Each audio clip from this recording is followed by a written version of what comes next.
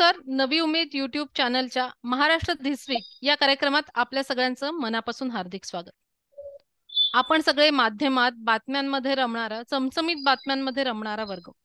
पण चमचमीत बातम्यांच्या पलीकडे आणि हेडलाईन्सच्या पलीकडे जात सुद्धा समाजात अनेक अशा बातम्या, अनेक अशा गोष्टी आणि अनेक अशा घटना घडत असतात की ज्याचा जरा खोलात जाऊन विचार व्हायला पाहिजे. आणि कुठंतरी तो मुख्य माध्यमातून फारसा घडत नाही अशी खंत आपण अनेकदा व्यक्त करत असतो. नुसतीच खंत व्यक्त करण्यापेक्षा त्याच्यात काय घडवून आणू शकतो हे पाहणं आम्हाला महत्वाचं वाटलं आणि म्हणूनच नवी उमेद युट्यूब चॅनलनं महाराष्ट्र धिस वीक हा कार्यक्रम करायचं ठरवलं. या कार्यक्रमात आपण हेडलाईन्सचा आढावा तर घेतोच, त्याशिवाय महाराष्ट्राच्या आणि जगाच्या पार्श्वभूमीवर घडणाऱ्या महत्वाच्या घटनांचा जरा डिटेल आढावा घेण्याचा प्रयत्न आपण यातून करत असतो.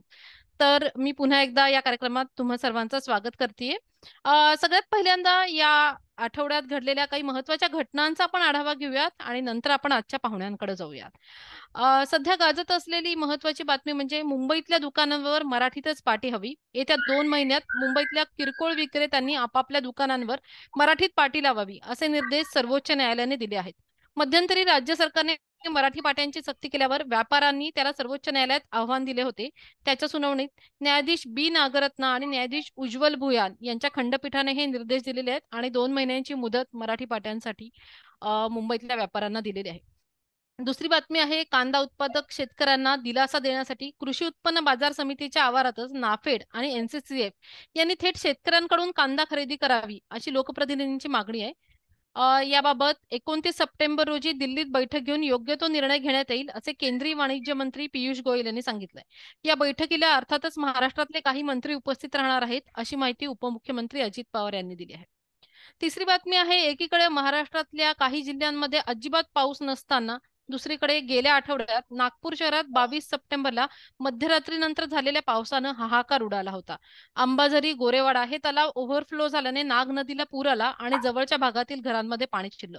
शहराच्या अनेक भागात गाड्या वाहून गेल्याच्या घटना घडल्या आणि एकूणच स्थानिक प्रशासनाचा कशा प्रकारे फज्जा उडला याची चर्चा गेल्या आठवडाभर रंगत होती. तर या होत्या गेल्या आठवड्यातल्या काही महत्वाच्या बातम्या. आज आपल्या सोबत कोण कोण आहेत याची ओळख मी करून देऊ इच्छिते. आज आपल्या सोबत आहेत जळगावचे डॉक्टर ज्ञानेश पाटील. डॉक्टर पाटील, आपलं स्वागत आहे. 15 वर्ष धन्यवाद. जळगाव येथील जैन उद्योग समूहात वैद्यकीय अधिकारी म्हणून ते कार्यरत आहेत. मराठीतून गझल लेखनाची आवड, अनेक नियतकालिके, दिवाळी अंकात लिखाण त्यांचं प्रसिद्ध झालेलं आहे. तसंच 2012 सालच्या गझल उन्मेष या पुरस्काराने ते सन्मानितही झालेले आहेत. तर अशा प्रकारे आज आपल्यासोबत ज्ञानेश पाटील सर आहेत आणि ज्ञानेश पाटील सरांना आपण एका विशिष्ट उद्देशाने बोलवलेलं आहे. अर्थातच आपल्यासोबत आपले नेहमीचे निळू दामले सर सुद्धा आहेत, ज्यांना आपण आपले खास असे म्हणवतो आणि आंतरराष्ट्रीय घडामोडींचे जाणकार आणि अनेक पुस्तकांचे लेखक. तर मी पहिल्यांदा ज्ञानेश सरांकडे जाऊ इच्छिते. ज्ञानेश, तुमचा प्रश्न पहिला असा आहे की तुम्हाला आज बोलवलंय त्याचं काही खास उद्दिष्ट आहे की नुकतंच सांगलीमध्ये नास्तिक परिषद घडली आणि तुम्ही बरोबर. ही नास्तिक परिषद ज्यांच्यातर्फे घडली त्या ब्राईट सोसायटीचे सदस्य आहात. तर या ब्राईट सोसायटीचा मूळ उद्देश काय आणि 16-17 सप्टेंबरला सांगलीमध्ये झाली जी नास्तिक परिषद, त्या परिषदेने साधारण काय स्वरूप होतं आणि काय साध्य केलं या नास्तिक परिषदेने हे आम्हाला तुमच्याकडून जाणून घ्यायला आवडेल. हो, नक्कीच. सर्वप्रथम मला इथे आमंत्रित केलं त्याबद्दल तुमचे आभार मानतो. ब्राईट सोसायटी ही जी संघटना आहे, ही जगभरचे जे वैज्ञानिक दृष्टिकोन, बुद्धिप्रामाण्यवाद, त्यानंतर निसर्गाधिष्ठित विचारसरणी ज्या लोकांची आहे, त्या सर्वांनी एकत्र येऊन स्थापन केलेलं समविचारी लोकांचं ते व्यासपीठ आहे. गेली साधारण 10 वर्षापासून नास्तिक परिषद वेगवेगळ्या शहरांमध्ये होत आहे. कोविडचे 1-2 वर्ष अपवाद वगळता. आणि मी एक गोष्ट प्रथम स्पष्ट करू इच्छितो की मी ब्राईट्सचा फक्त एक सदस्य आहे. माझं जे सांगणं आहे ते माझं आकलन आहे ब्राईट्सच्या संदर्भातलं. मी अधिकृत त्यांचा प्रवक्ता नाही. या दृष्टिकोनातून मी सांगतोय.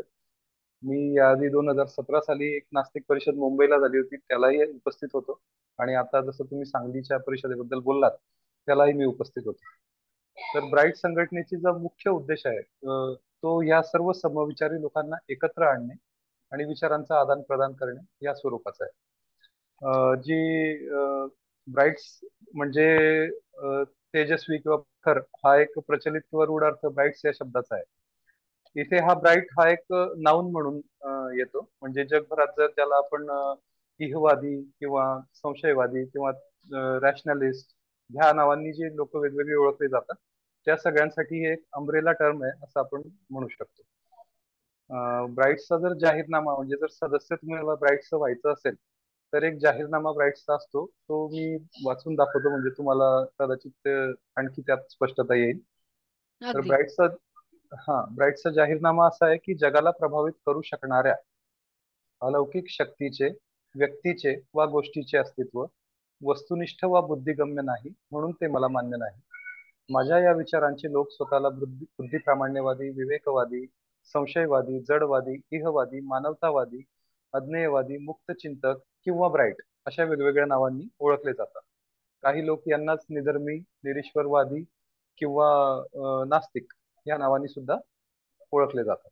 पारलौकिक निकषांवर ऐहिक जीवनाचे नियमन करणारी, सुचवणारी कुठलीही जीवन पद्धती किंवा धर्म, धम्म, रिलिजन, दीन हे मला मान्य नाही. बुद्धिप्रामाण्यवादाला विरोध करणाऱ्या आणि पारलौकिक निकषांवर अभिव्यक्ती स्वातंत्र्याचा संकोच होऊ नये यासाठी जे समविचारी व्यक्ती एकत्र आली आहे त्यांच्याशी संवाद साधता यावा, म्हणून सर्व नास्तिकांसोबत मी आपले ऐक्य घोषित करीत आहे. अशी ब्राईट्सची अधिकृत भूमिका आहे. तर आता ह्या ज्या परिषदा होतात यांच्याबद्दल तुम्ही विचारलं, याचा उद्देश काय आहे? तर एक उद्देश त्याचा महत्वाचा हाच आहे की वैज्ञानिक दृष्टिकोनाचा प्रचार आणि प्रसार. वैज्ञानिक दृष्टिकोन जो आहे, सायंटिफिक टेम्परामेंट जे आहे त्याला प्रमोट करणं किंवा त्याला प्रोत्साहन देणं हे आपलं घटनादत्त कर्तव्य आहे. आपल्या संविधानात त्याचा उल्लेख आहे आणि मला वाटतं भारताचे संविधान हे एकच असं संविधान आहे की ज्याच्यामध्ये हे स्पष्टपणे मांडलेलं आहे की प्रत्येक भारतीय नागरिकाने वैज्ञानिक दृष्टिकोनाचा प्रचार आणि प्रसार करावा. तर हे एक महत्वाचं उद्दिष्ट यामागे आहे. आणि नास्तिकता जी आहे ही या बुद्धिप्रामाण्यवादाचंच एक्सटेन्शन म्हणून आहे. म्हणजे सोसायटीची स्थापना देव नाही हे हा त्याचा निष्कर्ष आहे, हा त्याचा उद्देश नाही. बुद्धिप्रामाण्यवादाचं जे स्वाभाविक एक्सटेन्शन आहे ते ईश्वर किंवा अन्य कुठलीही पारलौकिक शक्ती, त्याच्यात पुनर्जन्म आला, पूर्वजन्म आला, मोक्ष आला, तर ह्या ज्या पारलौकिक संकल्पना आहेत त्यांना नाकारणं हे बुद्धिप्रामाण्यवादाचं एक्सटेन्शन म्हणून सोसायटीने स्वीकारलेलं आहे. त्याच्यानंतर दुसरा एक उद्देश असा आहे की अशा पद्धतीचे जे समविचारी लोक असतील त्यांचा परस्परांशी संवाद व्हावा. काही लोक कुंपणावर असतात, काही लोक अज्ञेयवादी असतात की ज्यांना देव आहे किंवा नाही याबद्दल नक्की काही त्यांचं ठरवलेलं नसतं, पण शंका असतात मनामध्ये.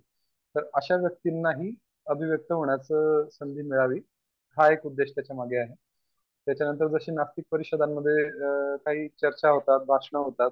आता आमच्या सांगलीच्या परिषदेमध्ये तुषार गांधी आले होते, कुमार केतकर आणि मुख्य अतिथी होते जावेद अख्तर सर. तर या सगळ्या मान्यवरांशी आम्हाला संवाद साधता आला, त्यांचे मत, त्यांचे विचार आम्हाला ग्रहण करता आले. तर हा एक त्याचा फायदा आहे. आणखी एक उद्देश असा आहे की आपल्या नास्तिकतेमुळे किंवा रॅशनॅलिटीमुळे काही जर कायदेशीर समस्या कोणाला उद्भवल्या तर अशा व्यक्तीची मदत करणे, त्यासाठी त्यांनाही एक प्लॅटफॉर्म उपलब्ध असावा, हाही एक उद्देश आहे.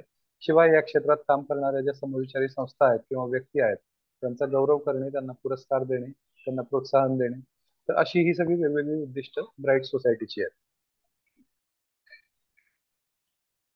फारच फार इंटरेस्टिंग आहे सगळं. आणि म्हणजे महत्वाचं म्हणजे हे 10वं वर्ष होतं मला वाटतंय की हो. या परिषदांचं.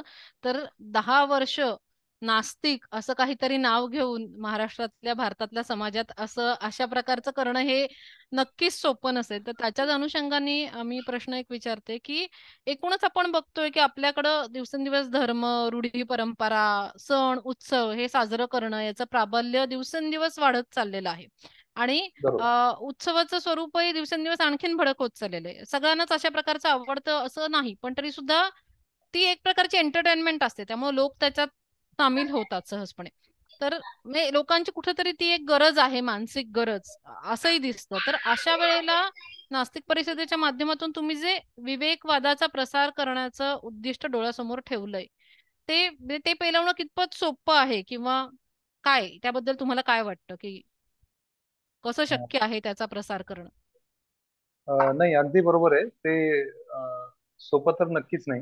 हम्म. आणि सण म्हणा किंवा उत्सव म्हणा किंवा परंपरांमधून येणाऱ्या ज्या काही गोष्टी आहेत, सांस्कृतिक गोष्टी आहेत, त्यांना खरं तर माझ्या मते कोणाचा विरोध असण्याचं कारण नाही. कारण ह्या गोष्टी अगदी डायरेक्टली धर्म किंवा देवाशी निगडीत असतात असंही नाही. अगदी म्हणजे धर्माचा जन्मही झाला नव्हता तेव्हापासून मानवी संस्कृतीमध्ये सण आहेत आणि पुढेही होत राहतील. तर तो एक आपल्या सांस्कृतिक अभिव्यक्तीचा बॉन्डिंगचा भाग आहे, म्हणून सणांना कोणाचा विरोध असण्याचं कारण नाही. पण जे जसं तू म्हणालीस की सणांचं जे स्वरूप बदलतंय, ते अगदी म्हणजे इतक्या वेगाने बदलतंय की आपण आपल्या लाईफ टाईम मध्ये सुद्धा हे चेंजेस अनुभवलेले आहेत. अनुभवलं. आपल्या लहानपणी आपण सण कशा पद्धतीने साजरे करत होतो आणि आता कशा पद्धतीने होतात. अगदी मला वाटतं परवाच्याच पेपरला बातमी आहे की आपल्याकडे गणपतीच्या विसर्जनाच्या मिरवणुकीत डीजेच्या आवाजाने एका तरुणाचा मृत्यू झाला. त्याला हृदयावर ताण येऊन तो वारला एका गावामध्ये. तर मला वाटतं हे कुठल्याही सणाचं उद्दिष्ट किंवा हे नाही नसतं आणि अशा पद्धतीने सण साजरे केले जाऊ नयेत.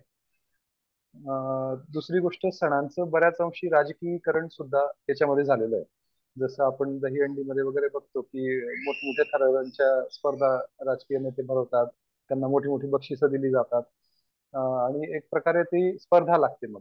किंवा जसं डीजेच्या आवाजांची स्पर्धा लागते की कोणाचा आवाज जास्त मोठा किंवा कोणाचे थर जास्त. तर हे जे स्वरूप सणांना येत चाललेलं आहे, हे नक्कीच मला वाटतं चिंताजनक आहे आणि याचा आस्तिक किंवा नास्तिक असण्याशी संबंध नाही. प्रत्येक सुबुद्ध नागरिक जो आहे तो या गोष्टीला नाकारणार नाही. मग याच्यावरती उपाय काय? तर याच्यावरती खरं तर सोपा उपाय कुठलाच नाही. जास्तीत जास्त आपण प्रबोधन करत राहणे, ह्या किंवा जे जे लोक याच्या विरोधात बोलतात, जे लोक स्वतःहून पुढे येतात, त्यांना प्रोत्साहन देणे, आपली मतं न घाबरता किंवा ट्रोलिंगला न घाबरता आपली मतं पुढे मांडत राहणे. आपल्या आजूबाजूचे जे जवळची लोक आपले म्हणतात, आपलं जे इनर सर्कल असतं, आपले मित्र नातेवाईक वगैरे, त्यांना पुन्हा पुन्हा आपली भूमिका सांगत राहणे. अशा काही गोष्टी आहेत की ज्या सर्वजण करू शकतात आणि मला वाटतं केल्याही पाहिजे. तर चॅलेंजिंग आहे, नक्कीच आहे. पण मला वाटतं सगळ्यांनी जर त्याच्यात काम केलं आणि त्यातली आव्हानं समजून घेतली, तर आपण यात काहीतरी बदल करू शकू. दिवाळी सारखा सण असेल की जो अगदी आपल्या लहानपणी आपण त्या सणाला वेगळ्या गोष्टीसाठी ओळखत होतो आणि आता तो फक्त केवळ फटाक्यांसाठी ओळखला जाऊ लागला की फटाके फोडणं हे काहीतरी धार्मिक कार्य असल्याचं एक हम्म. कल्पना लोकांची झालेली. तर ह्या अशा काही गोष्टी आहेत की सणांचं खरं स्वरूप समजावून सांगणं किंवा ज्या अनिष्ट गोष्टी सणांमध्ये किंवा सणांच्या निमित्ताने काही पॉलिटिकल मोटिवेशन्स वगैरे आलेल्या आहेत त्या मला वाटतं हाच त्याच्यावरचा चांगला उपाय असू शकतो.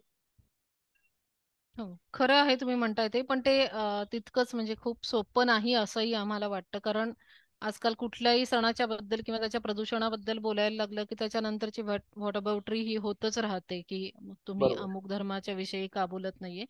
त्यामुळे तुम्ही एक खूप महत्वाचं काम करताय, पण ते फार मोठं शिवधनुष्य आहे असं आम्हाला वाटतं. तर त्यासाठी तुम्हाला शुभेच्छा आणि समाजात विवेकवादाचा प्रसार होत राहो आणि तुला विचार स्नेहल सर्वांनी करावा. येस निळू तू- सर. स्नेहल, हा. त्याच्यामध्ये तुला तू शिवधनुष्य आणलं, शिव आणला. हो. किती सवय झाली पहा हो. आपल्याला. अगदी अगदी. अगदी. तेच मी म्हणणार होते सर. आणि इथे आता महाराष्ट्रात एकीकडे गणेशोत्सवाची धूम चालू आहे, दुसरीकडे नुकतीच नास्तिक परिषद झाली आहे, तर तुम्ही आता जगात आम्हाला कुठं नेताय? नाही, मी मी जगात म्हणजे जगातल्या पुन्हा एकदा धिटिंगणांकडे नेतो. कालच एक निकाल लागला न्यूयॉर्कमध्ये, न्यूयॉर्कच्या एका कोर्टामध्ये. आणि त्याच्यामध्ये ट्रम्पना शिक्षा झाली. म्हणजे बहुधा 25 कोटी रुपये त्यांना शिक्षा होणार असं दिसतंय. आणि शिक्षा कशासाठी आहे? तर ट्रम्पनी स्वतःची जी प्रॉपर्टी आहे, ही प्रॉपर्टी खूप फुगवून लोकांसमोर ठेवली. म्हणजे ते जेवढे श्रीमंत नाहीत तेवढे आहेत असं दाखवायचा प्रयत्न केला. उदाहरणार्थ, त्यांच्याकडे काही प्लॉट्स आहेत, हॉटेल्स आहेत वगैरे. त्याची जागा ही समजा 10,000 चौरस फुटाची आहे, तर ती 30,000 चौरस फुटाची असं दाखवणं. आणि आपली मालमत्ता ही त्यांनी जवळपास 3.5 ते 4 अब्ज डॉलरनी मोठी असं दाखवलं. अशा पद्धतीची फसवाफसवी करणं हे अमेरिकेतल्या कायद्यामध्ये मंजूर नाही.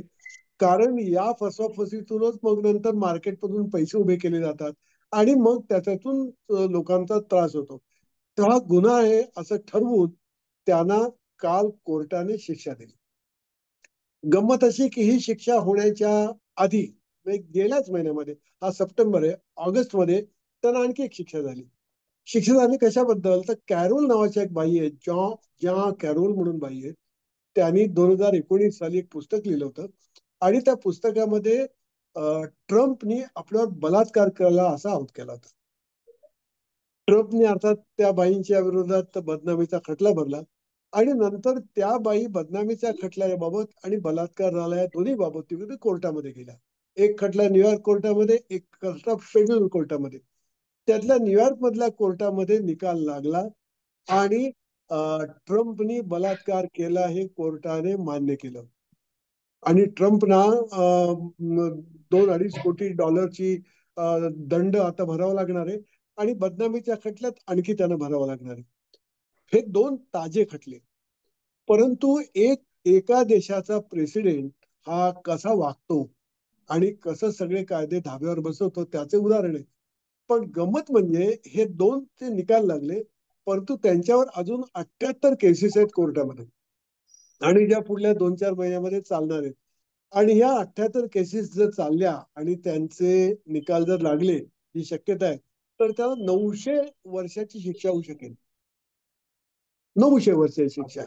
बापरे. आता असं असं हे सगळं प्रकरण, इतके गुन्हे या माणसाने केलेले आहेत आणि या गुन्ह्याची म्हणजे तुम्हाला तो एवढी मालिका आहे की न्यूयॉर्क मधल्या खटल्याच्या वेळी ते कोर्टाने तारीख दिली की जातच नाही आणि मी येत नाही म्हणून सांगतात आणि माझ्या विरुद्ध राजकीय कुभांड रचले असं म्हणतात.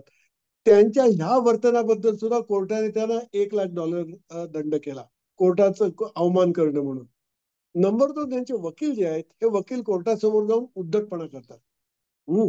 म्हणजे एकच माहिती, चुकीची माहिती वारंवार कोर्टासमोर मांडतात. कोर्टाने त्याला सांगितलं की बाबा हे धंदे करू नका, तुम्ही काय मांडले आम्हाला कळलं, तरी सुद्धा हे मांडतात. म्हणून त्यासाठी कोर्टाने वकिलांना, 5 वकिलांना प्रत्येकी $7,500 दंड पुन्हा ठोकला.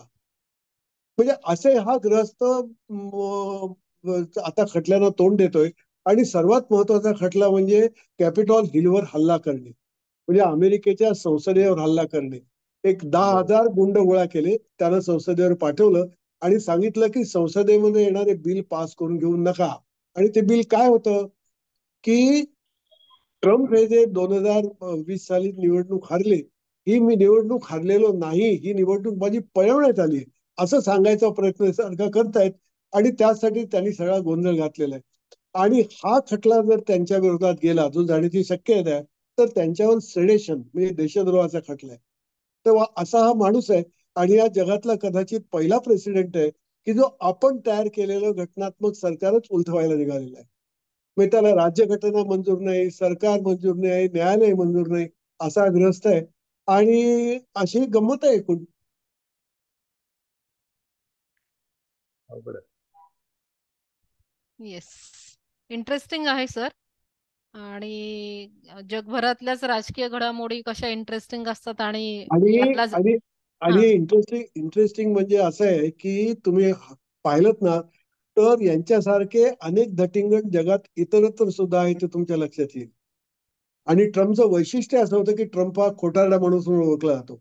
वॉशिंग्टन पोस्टने एक ऑफिस उघडलं आणि त्याच्यामध्ये याच्या खोटे बोलण्याची नोंद घेतली आणि नोंद घेऊन त्याच्या कारकिर्दीमध्ये 7,900 वेळा खोटे बोलला हे त्यांनी जाहीर केलं. आणि असं आता जगभर सर्वकडे चाललंय माणसं सर्रास. म्हणजे त्या इस्तंबूलमध्ये ते चालतं, रवांडामध्ये ते चालतं, बेलारुसमध्ये ते चालतं आणि पुतीनचं काय विचारायलाच नको. जगभर हे खोटारडे लोक पसरलेले आहेत आणि हे भीषण आहे चित्र सगळं. खरंय सर. आजच्या कार्यक्रमाचा एंड करताना मी निळू सरांना अशी विनंती करते की नास्तिक परिषदेबद्दल आपण जे काही बोललो ते, ही सगळी गोष्ट आणि महाराष्ट्राच्या पार्श्वभूमीवर हे सगळं होतंय, हे किती महत्वाचं आहे, तुम्हाला काय वाटतं? तर नाही याच्याबद्दलही नाही तुम्ही थोडंसं बोलावं. नाही नाही, हे महत्वाचं आहे, यात वादच नाही. व्यक्तिशः ह्या नास्तिकांच्या टोळीमधला मी सुद्धा आहे. हम्म. आणि माझ्या अनेक पुस्तकांमधून ही भूमिका मी माझी म्हणजे अनेक मोठमोठ्या लेखकांची मांडलेली आहे की आम्हाला ज्या गोष्टी देवाकडून तुम्ही कंट्रोल करू नका. म्हणजे श्रद्धा नावाची जी गोष्ट आहे ही तुम्ही देवावर ठेवू नका. हा त्यातला महत्वाचा मुद्दा आहे. आणि हे केलं पाहिजे. याचं कारण जगभर देवाच्या आड लपून लोकांवर अन्याय होतोय. लोकशाही, माणसाचं स्वातंत्र्य इत्यादी सगळ्या गोष्टी हे जे धटिंगण आहेत ना, हे हिरावून घेत आहेत. आणि हिरावून घेत असताना, राजकारण करत असताना ते देवाच्या आड लपतात. मागे सुद्धा प्रकरण झालेलं होतं की राम मंदिर प्रकरण झालं, त्यावेळी सुद्धा लोक असं म्हणाले की बाबांनो, तुम्ही रामाच्या आड लपू नका, कारण मग लोकांनी दगड मारले तर ते रामाला लागतील, तेव्हा देवाला मध्ये आणू नका. राज्यकर्ते जे असतात, राजकारण करणारी माणसं असतात, त्यांना त्यांचा स्वार्थ साधण्यासाठी धर्म आणायचा आहे. आणि हे बंद झालं पाहिजे. धर्म समजा, आता ते पाटील म्हणाले ते खरं आहे की तुमची व्यक्तिगत श्रद्धा असेल तर आपण ठीक आहे, जाऊ, तुमचं तुम्ही बघून घ्या, हरकत नाही. पण तुमची श्रद्धा इतरांचे अधिकार आणि स्वातंत्र्य हिरावून घेणारी असता कामा नये. मी कसं बोलावं, मी कोणते कपडे घालावे, मी काय करावं, हे तुम्ही मला देवाच्या नावाने सांगू नका. नागरिक या नात्याने सांगा. म्हणजे रस्त्यातून डाव्या बाजूने जावं का उजव्या बाजूने जावं हे आम्ही ठरवतो, हे कुठला देव नाही ठरवत. आलं की नाही लक्षात? तर हे लोकांना कानी कपाळी सांगण्याची आवश्यकता आहे. आणि विशेषतः या लोकांच्या नास्तिकाबद्दलच्या ज्या कल्पना आहेत ना, त्या चुकीच्या आहेत. नास्तिक माणूस हा अधिक नीतीने चालणारा माणूस असतो. याचं कारण त्याला त्याचं वर्तन हे त्याच्या स्वतःच्या कर्तृत्वावर सिद्ध करायचं असतं. त्याला देवाच्या पाठी लपता येत नाही. म्हणजे मला देवाने साक्षात्कार दिला आणि तुमच्या कानफडात मला सांगितलं असं म्हटलेलं माणसं की माणूस सुटतो. पण मी जर केलं तर माणूस म्हणेल की नाही, तुला करायला परवानगी नाही, कारण तुझ्या कायद्याचं बंधन आहे. तेव्हा देवाच्या आड लपणारी माणसं ही भ्याड असतात. नास्तिकांना स्वतः फेस करावं लागत असतं. त्यामुळे मला असं वाटतं की नास्तिकांबद्दलच्या ज्या कल्पना आहेत, या सुद्धा लोकांच्या समोर स्पष्ट केल्या पाहिजेत की नास्तिक हा माणूस इतरांच्या पेक्षा अधिक नीतिमान असतो. तेव्हा मला असं वाटतं की ही परिषद महत्वाची आहेच आहे, प्रश्नच नाही. म्हणजे मला त्यावेळी जमलं नाही, परंतु अशा परिषदा झाल्या पाहिजेत, लोकांच्या मध्ये गेलं पाहिजे आणि लोकांचं मन वळलं पाहिजे. आणि त्यामुळे ग्रेटच आहे, प्रश्नच नाही त्याच्याबद्दल माझा. येस, ज्ञानेश, तुम्हाला काही आणखीन बोलायचं आहे, ऍड करायचं आहे तर तुम्ही ते थोडं जरूर ऍड करावं. आणि मुळात अशा ठिकाणी जमणं म्हणजे आस्तिकांना खूप संधी असतात सण समारंभाच्या एकत्र येण्याच्या, पण तुम्ही ही परिषद करताय तर समविचारी लोकांना भेटण्याचा आणि विचारांचा आदान प्रदान ही पण एक गोष्ट घडत असेल तर थोडं 1-2 मिनिटं तुम्ही जर काही ऍड करू शकत असाल. नक्कीच नक्कीच. नक्कीच हे महत्वाचं असतं, वैचारिक आदान प्रदान. आणि दुसरं एक, जी अशा ठिकाणी जी कॉम्रायडरी होते की आपण एकटे नाही आहोत. तुमचं माईक म्यूट झालंय. हा, येस. अ, येतोय आवाज? हो, येतोय. हा, ओके. तर आपण एकटे नाही आहोत किंवा आपल्यासारखा विचार करणारी आणखी 4 लोक आहेत, हे पाहून जो हुरूप येतो, जे आता जसं दामले सरांनी सांगितलं. म्हणजे जेव्हा एवढा सिनियर आणि अभ्यासू व्यक्ती असे काही चांगले शब्द बोलतो, त्यावेळेला जो हुरूप येतो, जो उत्साह येतो, तो सुद्धा नक्कीच खूप महत्वाचा असतो. आणि नास्तिक समाज ही आपल्याकडे मायनॉरिटी आहे, अल्पसंख्याक आहोत. आणि त्या दृष्टीनेही जसं कुठल्याही मायनॉरिटीचे काही समस्या असतात, तशा नास्तिकांच्याही आहेत. तर ह्या सगळ्या दृष्टिकोनातून अशा परिषदा किंवा अशी संमेलनं यांचं नक्कीच एक महत्व आहे. आणि आमच्या या संमेलनात जावेद अख्तर सर आले होते. ते अतिशय ओपन ओपनली आणि स्पष्टपणे आपली भूमिका कायम मांडत आलेले आहेत, रॅशनलिस्ट आणि नास्तिक असण्याची. तर समारोपाच्या वेळी मी जावेद सरांच्या 1-2 ओळी सांगतो की चुकीच्या गोष्टी ऐकून न घेणं हा त्यातला मुख्य उद्देश आहे. की जावेद सरांचे 2 शेर आहेत, तुझ्या परवानगी असेल तर मी ऐकवतो. नक्की नक्की. हा. ऐकवा. हाँ, तर जावेद सर लिहितात की जिधर जाते हैं सब जाना उधर अच्छा नहीं लगता. जिधर जाते हैं सब जाना उधर अच्छा नहीं लगता. मुझे पामाल रस्तों का सफर अच्छा नहीं लगता. पामाल म्हणजे वहिवाटीचा रस्ता. तर जिधर जाते हैं सब जाना उधर अच्छा नहीं लगता. मुझे पामाल रस्तों का सफर अच्छा नहीं लगता. गलत बातों को खामोशी से सुनना, हामी भर लेना.